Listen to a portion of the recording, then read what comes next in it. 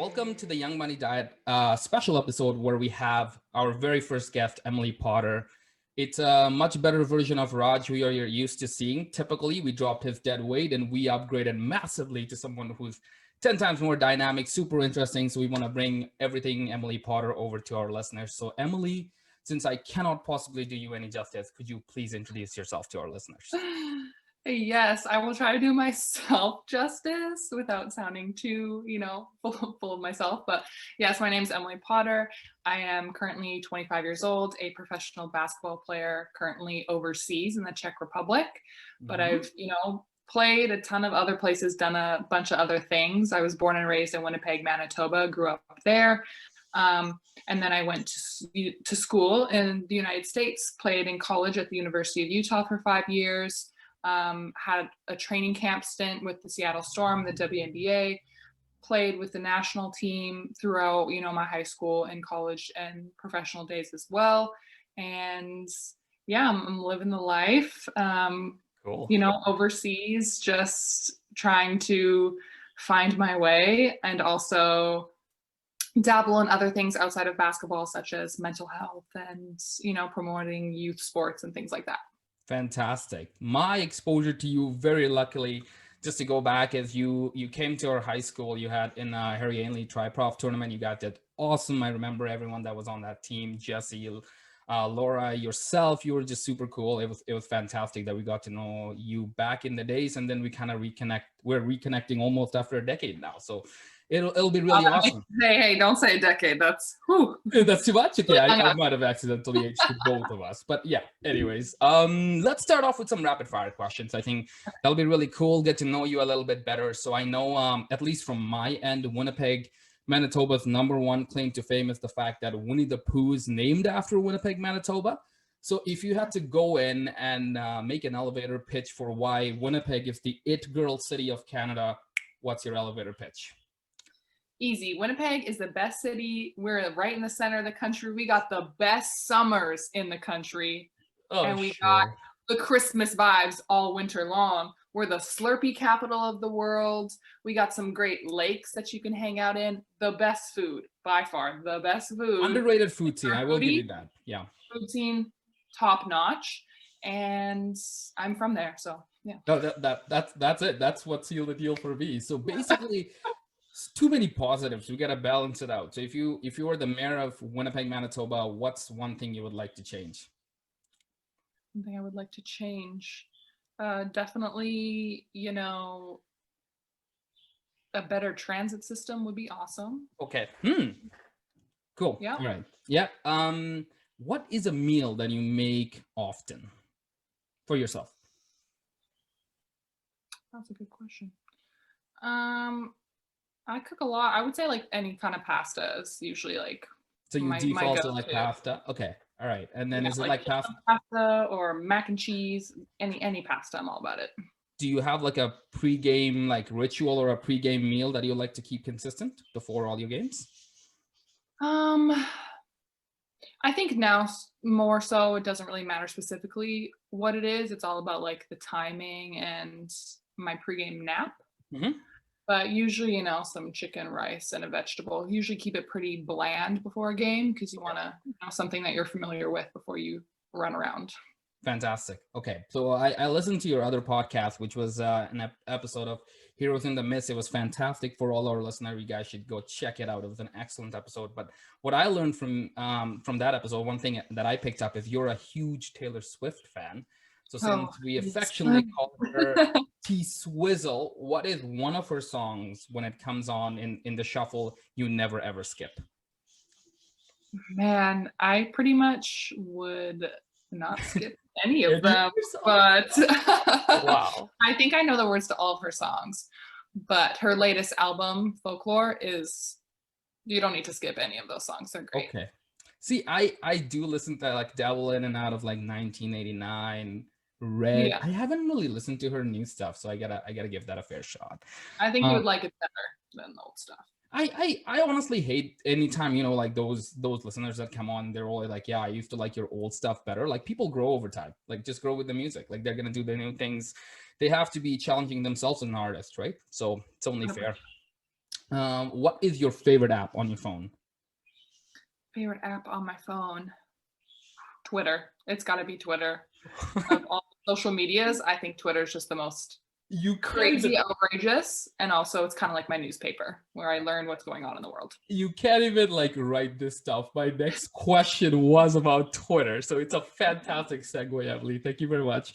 So my next question I was going to ask you earlier this month, I think it was the 19th of November, you tweeted that you had a phone call with Bell, who people or our viewers who don't know what Bell is a mobility company in Canada, similar to like AT&T in States, something like that. And you had a phone call with them. You basically held back tears and you had your David versus Goliath moment where you got your phone bill lowered. And I want to know, and that's what you define as adulting. So what I want to know is what are some of the tips and tricks that you have so we can win our own phone bill wars against our phone companies? Ooh, I think my pro tip would be try not to get mad at the person on the phone. Okay. And I always say, I know it's not your fault that I have this problem, but I'm going to need your help to get it resolved.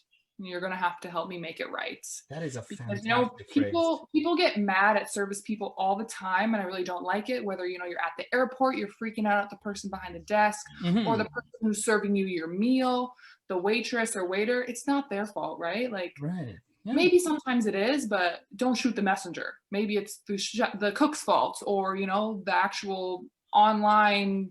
There was a mistake somewhere, wires got crossed. So. And I like that. I really like that phrase. I think, you give people the benefit of the doubt and you just kind of take it from there and see what you can get from it.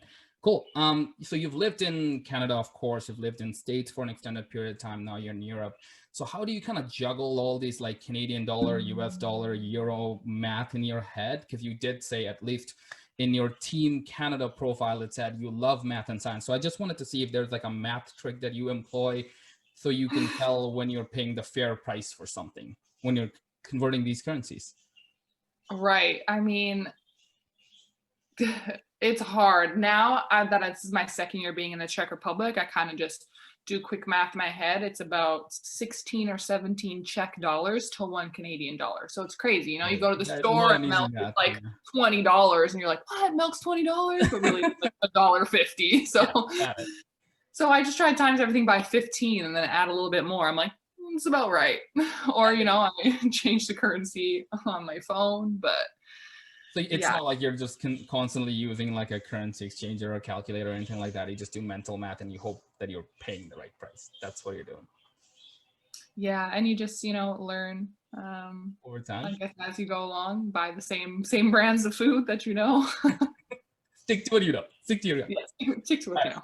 Cool. I know that you wore number 12 in Utah, and also I'm gonna butcher this, so you should correct this. Is your current team's name KP Brno? Like, how do you say it? Yeah, so KP, that's like the neighborhood that I'm in, and Brno is the name of the city. It's spelled super weird, BRNO. Yeah, but it's just like Brno. Brno. Okay, all right. So do you wear number 12 there too? And what's the significance behind number 12? Yes, so I do wear number 12 here as well. I actually wore 10 in high school. And Potter 10, yeah. Yeah, and Potter 10. So that's all my social media. It's just stayed that way. And when I got to college, that number 10 was taken. And my mom wore 10, my sister wore 10. So, I like 10. But number 12 was actually the first number I was ever given by Team Canada, because we were assigned jerseys and assigned numbers. So the first time I ever made that team, I was like 16 or 17 years old. Got number 12. And so when I got to college, I'm like, okay, I'll stick with 12. And I've been rolling with 12. Oh, cool. I really like that. So basically, I guess a quick diversion here. So if you want to follow Emily, mpotter10 at Twitter, mpotter10 and Instagram as well, and any other platform you use? Yeah, everything's just mpotter10. Everything. Okay, so whatever you are, guys, just like, I don't know, I don't game, so Twitch, TikTok, just look for mpotter10. Whatever you can do, just follow my homegirl. She's super cool. Her tweets are super interesting. That's all I can vouch for. Thanks for the plug. Absolutely. Now I'm just going to go a little bit more off in the deep end here. So what is something that you believe in that most people don't?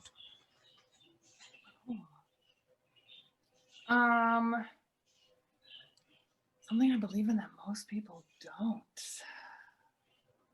I don't know. I would I'll buy you some time. I believe in something. I'll give you one of mine, and then hopefully you can yeah. you can use that up. But basically, I actually genuinely don't think most people should be parents. Like, I think it's a lot of work, and some people want to put the work in, and some people just kind of like whatever, like it'll just happen or it'll happen. It's just, I think 90% of parenting is just showing up, and I've never had any kids, so I'm talking out of my rear end for no reason. But I actually genuinely think it's a lot of work, and unless you really want to be a parent, you probably shouldn't be. That's that's Good. funny, but actually maybe true. I'm gonna go a more like wholesome route. I would say, like, I'm not gonna say Santa Claus because I know Santa Claus is not real, but just like the spirit of Christmas. I'm super big into Christmas, and I just think that it's like a magical time if you can get yourself in that mind frame. And I think people don't take advantage enough of holidays. And I know sometimes they can be commercialized, but with Christmas, for me, it's always been a countdown to see my family. And I think, family is super important. And we have always just great memories around Christmas. So I 100% believe in, Christmas miracles, the spirit of Christmas all the way. Fantastic. All right. So I don't think any podcast episode with Emily Potter would be able to avoid basketball and talking about sports. So I'm just going to go head first into it. So the first question I have is not really specifically about you, but I wanted to pick your brain as a professional athlete. So I want to paint a picture for you. So in 2019, during the second round playoff NBA, Golden State was playing Houston Rockets. Game 6, Steph Curry goes in first half, scores 0 points. Comes back in the second half. He finishes the game with 33 points, propels his team to win 118 versus 113 over Rockets. If you are Coach Steve Kerr, what did you say to him during the halftime? To go from 0 to 33 points, what could you do to help your superstar?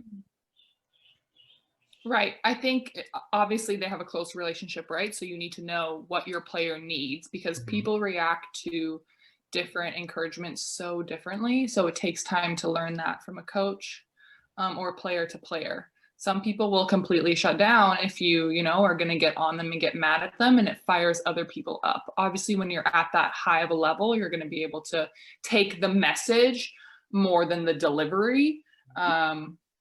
But, like I've had times in college where I did not do well in the first half, and my coach would just say to me in the locker room in front of everyone, be like, we need you, you have to do better. Like, right. we need you to perform so that we can win and be successful as a team. So I think, you would probably just tell him to trust in what you can do. And clearly he did, because he scored 33 points just in one half of basketball. So being a shooter like that, you can never be thinking about the past and what happened in the last half of basketball or last 5 seconds. It's all about the next shot. It's always about the next shot. So what do you personally do to hit that mental reset? Like, if you're like missing a couple shots, then what do you do to yourself? Like, what is the memory that you can call on for yourself that helps you hit that reset and just think about the next shot? Yeah, I think sometimes if you're not, doing well offensively, you can focus more in on the defensive end, try to get blocks, steals that way, get some rebounds, get yourself more comfortable in the game. But at the end of the day, it's mostly muscle memory, all of your moves on offense, right? So you get the ball, and if you have a one-on-one situation, it's your job to take advantage of it and score. And if you miss it, it's literally next play, like sometimes people have little like sayings to themselves, like they'll even say next play, or like, whatever, embrace it, whatever you need to just focus on the next thing. I love that. You're basically a holistic effort. And it sounds, it sounds pretty simple, but like it is a lot harder in practice. But anytime you're taking away from focusing on the next play, it's only a detriment. So you just got to like literally have short-term memory. Fantastic. So be a goldfish. Basically, that's your pro tip. Like, just forget about anything that happened before 3 seconds. Be a goldfish. Be a goldfish. That's your tagline. I want to talk about something kind of serious too, and I personally I'm very fascinated to learn about this too. So I know WNBA is always at the epicenter of these debates between men's pro sports and women's pro sports. So what I would like to talk to you about is, what are some of the things that the general mass of public get wrong when it comes to professional sports for women? Like, what is something that you would like to highlight? Yeah, I think the biggest thing is that people don't care about women's sports and don't want to watch women's sports. Okay. But you can't watch something that you don't have access to. Right. So, any female professional sport doesn't have a talent problem, right? They don't have a great product. That's not that they don't have a great product. Yeah. It's that no one Limited can find exposure. them. The exposure is So, not as big. Yeah. yes. And the marketing, like sometimes I'm like, man, just hire me to do your marketing or something, because like There you go. it should be way more relevant that it is for all female sports that are, in professional leagues, especially in North America. Mhm. And if you look back to historically how the NBA started and how much money they were making, the WNBA is on a much faster trajectory than the NBA was. That But makes obviously, sense. comparing the NBA to where it is now to the WNBA, the NBA has how many decades of experience That on is top of the that WNBA? is fantastic. That makes so much sense. It's like comparing like a CEO who's had 60 years of time to get to where they need to go versus an entry level employee. Like, how are they supposed to compete with each other? You need to give it the same amount of time and exposure before you can compare apples to apples, right? That's super cool. I hope most people that kind of I hope you guys are listening, because this is a fantastic analogy. Love it. So just kind of going back, because you said something about, a lot of people may not care about women's sports. So I know Coach Brian from back in the Glen Lawn days, and you mentioned that he was a huge advocate for women's sports. What does it mean to have someone like that in your corner who just truly believes in you and generally just wants the best for you at all given time? Yeah, I think, that's one of my favorite things about sports is the people you come in contact to and people that can have like a really big impact on your life. Sometimes it's a parent that's coaching you, but other people that you can look up to and have role models, and people that they're investing their time and their energy into you solely just to make you better and because they love what they do. So I think that's just such a selfless thing to do, to coach. And so many coaches do it volunteering out of their own free time and love for the game and for just loving to be around it. So I'm very thankful for, Coach Brian Kornberger, and I've just had so many, amazing coaches along the way. Cool. So like basically all of any of our success, and it always comes down to people who believe in us and dedicate their time, energy, and effort to hopefully make us a better person, not just about sports, but just in general. Is that a fair statement? Yeah, 100%. I think sometimes people like to say like, I'm the only person that's got me. Like I'm self-made. I did this. And, maybe they truly are self-made, but there have been so many people that have like put time and energy into me to make, Emily who she is. I could have never done it alone. Obviously, I need my parents to feed and raise me as well.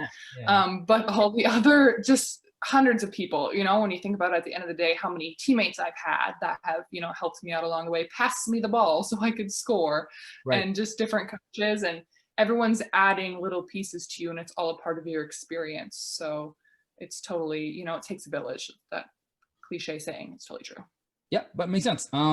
So what is it like to have like an agent that represents you? Because it's most of our life we're always representing ourselves, like including you. Like you have direct access to Twitter, you can talk to people. But what is it like to kind of like let go and trust someone else to represent your best interest on behalf of you? And what's your selection process for picking an agent? Like, what are you looking for? Yeah, so I started that process right after I finished my senior year of college. So you're not supposed to talk to agents before you're finished your eligibility. So I had some of them, like sending me messages, and I would just say, at the end of the season, this is when I'm going to be, contacting people and dealing with that process. So it's kind of like you're interviewing them, or it's honestly a cool feeling, they're all trying to get you your to affection. Yeah, cool. Yeah, and it's cool because it's like my agent, she works for me at the end of the day. So if she's not doing her job, then she's not going to get paid. So it's incentive for her to, find me the best contracts that she can. So I'm going to get more money, she's going to get more money, and everyone's going to be happy. At first, I kind of thought of it as, like picking a college, and it was kind of stressing me out. I didn't want to make the wrong decision. But at the end of the day, I mean, if you don't like your agent, you can fire them and get a new one. I know lots of people who, have had great experience with agents, but then have also had like 3 or 4 or 5 different agents just because it wasn't quite what they wanted. So it's totally up to you. Right. Okay. No, love that advice. What are some of your more, I guess, noteworthy failures that you take with you and learn from? Noteworthy failures. Yeah. My first one would be my first year getting cut from the national team. It was my first tryout. It was like a U16 team. So I was just finished 10th grade and ended up being one of the last 2 cuts from the team. And I was a mess after that, but it really fueled my fire for the next year to come back and make the team. So I'm thankful for, being told that I wasn't ready, and because it made me just kind of woke me up a little bit. And then after that, being able to be invited to training camp with the Seattle Storm was an amazing opportunity. Obviously didn't end up making that team, but just being around, that high level of play is a great target for me to have, to see like, these are the top professionals. I might be a professional myself, but there's always still like room to improve if you want to be in arguably what is the best league in the world. Right. Cool. No, that makes sense. So you're basically always looking forward to what you can improve on, and you don't take criticism kind of personally. It's just basically you look at it as it's the best for your personal growth over time to take that in and just learn from it. Excellent. So right now, what I kind of want to mention is I do know from the other podcast that you always wanted to represent Team Canada in the Olympics. That was one of your big overarching goals and maybe your vision even. So how do you balance that against some of your more like passion projects and personal goals of maybe like finishing your master's or spending more time with your family or whatever it might be? How do you balance the two? Yeah, I think, COVID made me lose my job, but it did give me more family time. So I think for a lot of really high level athletes, it was a really crazy time because we were like, what do we do with ourselves? But I did enjoy the family time, though I'm very happy to be back having a job and playing basketball. But usually, my off season is when I can take more advantage of those passion projects, whether it be fundraising or basketball camps, things like that, because I am at home. I'm in somewhere in North America, and it's going to be easier for me to logistically just do things. As far as school goes, I'm doing it right now, just like, normal semester schedule while I'm overseas, because outside of practice, there's not a lot of other things throughout the day that are taking my time. Even if we're practicing, let's say, between 3 and 4 hours a day, what about the other 8 hours a day that I'm still awake? There's a lot of downtime, and I found that last year for sure that I had a lot of downtime. So I wanted to take advantage of that and be able to do my schooling while I'm still playing, so that whenever I do retire, I'm just going to be more set up for my future. I guess, yeah, more flexible, versatile, and more well-rounded. Okay, yeah, makes sense. So I know you're a huge mental health advocate, and then if I go and I just want to get this right. So on your Instagram bio, I think the quote was, "Mental health is just as important as physical health." If you could just elaborate on that, and like, what does it mean for you, and just elaborate on that for our listeners, please. Yeah, I think being an athlete, I've had my fair share of injuries as well, and I've always been super open about when I have gotten injured, how that injury process and recovery has gone. But with mental health, we're just sometimes, we feel that stigma and we don't want to speak up about it. And I felt that stigma myself going through mental health, and I know other people who have as well. So why is it that we'll tell people like, oh, I'm not feeling well, I went to the doctors because I think I have, the flu, I think I have a cold, or like, I think I need some antibiotics for this. But we can't say that I'm not feeling well mentally, and I've been really off for a while, and I think I need to talk to somebody. So I think it should be just as open as, talking about your physical health. So that's how I kind of see that quote, that they should be on even playing fields. And until we get to that point, like, there's still work to be done. I love that. So yeah, it's no different from a personal end than having any kind of health problems or whatever it might be, if you're not feeling well because, you know, your arm is numb, it's no different than when you're not feeling well because you're just having, you know, one of those moments and you just want to get help and seek help. And why is that stigmatized? Honestly, doesn't make sense from an objective level, right? Cool. So I know as an adult, we sometimes miss the opportunity to learn from people that are younger than us, specifically because you mentioned your niece Annabelle in the other podcast episode, and you said, you know, you learned a lot from her. So what are some of the things that you would like to share with us that you learned from your niece Annabelle? Yeah, I think we could all just take time to just like do things that we think are fun, Okay. even if they might be like kid activities. Like, just don't take yourself so seriously, and there's no age limit on, you know, certain activities or having fun. Like, if I want to build a fort, I can still build a fort.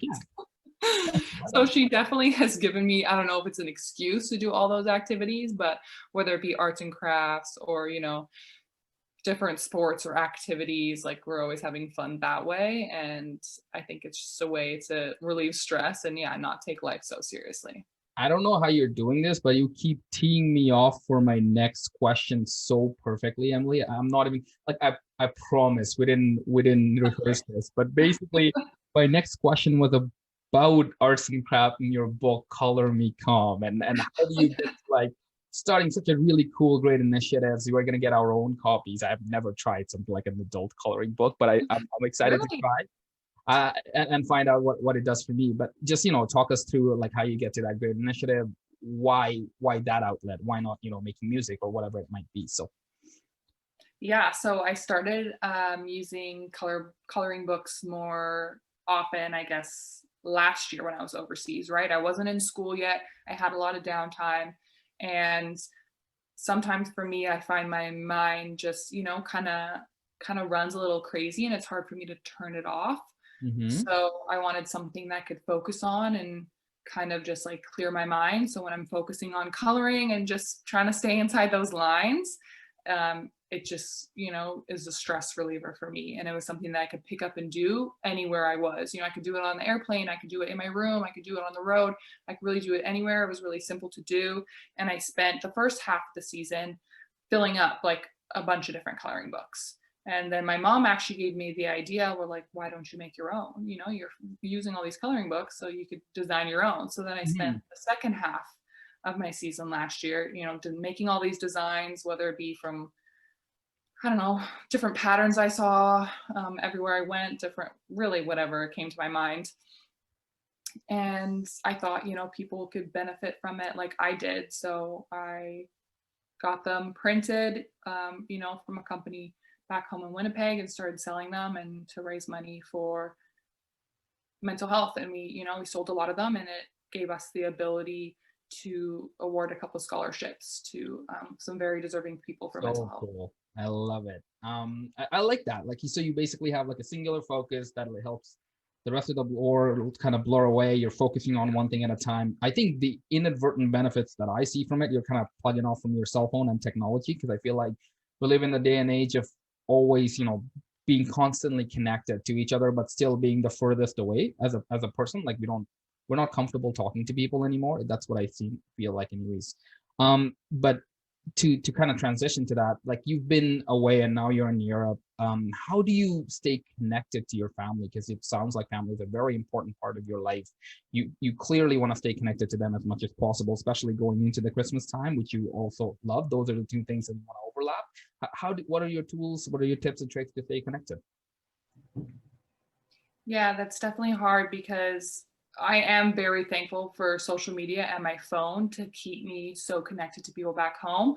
That can also be a bit of a double-edged sword when you feel like you're still missing out on everything, when you're, you know, staring at everyone's posts and pictures, videos, whatever it be. Yeah. But I try to, you know, schedule calls with people in my life, keep my phone on. So if people want to call me, I'll answer it. You know, sometimes I get calls in the middle of the night, and that does happen when people get the time change wrong. But I think those connections are super important, and to just keep checking in on people, no matter, you know, what time it is. I'm like, you know, I'm going to send this message and they'll read it when they wake up, or, you know, vice versa. Yeah. So you just have to, sometimes even just make it a regular part of your schedule like you would basketball practice or anything else. Like that. Both of those are cool. Like you keep yourself kind of flexible, open to, talk to people. And also you keep those events scheduled in the sense that you would defend it no different than any of your other appointments, because it's important. You want to talk to the people that you love and stay connected. So one of the last questions I have is, I think I also picked this up from the podcast too, that you had a mental coach, I believe, when you were in grade 10 and thinking seriously about going pro. I don't know much about that world. Like, what does a mental coach do for you? And what are some of the things that you've learned, and how does that help you transition into a pro game? Yeah, she was great for me. And that was, kind of my first taste of the mental side of the game. And I've done so many sports psych sessions and so many like performance things, because when you get to a high level, you really need to find that extra 1 or 2% that's going to separate you from the next person. And if it's not going to come from the physical side, sometimes it's going to come from that mental side. So when I first started, I was being really down on myself and putting a lot of pressure on myself to be, a certain way on the court, to perform a certain way. And if I didn't reach that, it was like automatic failure. Right. So I really went back to the beginning and thought about all the reasons, like, why do I even love playing basketball? Like, it's causing me this much stress and anxiety. First of all, why do you love the game? Right. And then I think that switch in my mind of just loving what I do and enjoying it first has been like the biggest change for me. And at the end of the day, I'm healthy. I get paid to do what I am doing right now. So I just try to keep that balance of perspective. Even if I do have a bad game, at the end of the day, I'm playing a game. I love basketball and I think sports are super important, but it's just a game. So keeping that perspective sometimes keeps my head a little bit more level, but there's obviously still times where I'm super mad or frustrated or upset about how games have gone or my personal performance. But yeah, I just kind of try to reel it back and keep things in perspective. No, awesome. I know you're like ultra competitive too, because you were preparing for a potato sack race back in your I guess younger days. So it's in your gene, like that's who you are. It's interesting that you're kind of seeing the other perspective and like kind of learning that it's still just a game. Like, there's more to life and just taking it one step at a time.